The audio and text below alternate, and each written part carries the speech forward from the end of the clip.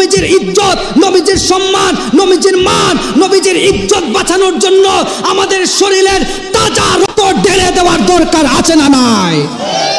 কোন নবী এবং রসুলের গুনাহ আছে? আচ্ছা, আমাদের নবীর পরে কে আর কোন নবী কিয়ামত পর্যন্ত কে আসবে? এই কথা বলেন, আসবে? আপনাদেরকে সুস্পষ্ট একটা ভাষায় বলে দিতে চাই, যারা কাদিয়ানীর নামের একটা সম্প্রদায় রয়েছে, তারা বলে আল্লাহর নবী হুজুরে পুরো নূর সাল্লাল্লাহু আলাইহি ওয়াসাল্লামের পরে আবার নাকি আরেকজন নবী আসবে।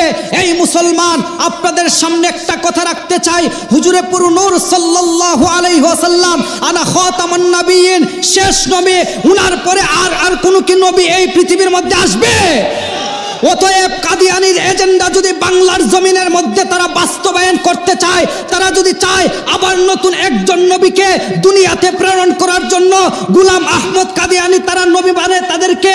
অতএব মুসলমান, আমাদের নবীর ইজ্জত, আমাদের নবীর শান, আমাদের নবীর শৌকত, ইজ্জত সম্মান বাড়ানোর জন্য যদি আমাদের কলিজাকে ছিদ্র করতে হয়, আমাদের স্ত্রীকে যদি বিধবা করতে হয়, নবীজির ইজ্জত, নবীজির সম্মান, নবীজির মান, নবীজির ইজ্জত বাঁচানোর জন্য আমাদের শরীরের তাজা রক্ত ঢেলে দেওয়ার দরকার আছে না নাই?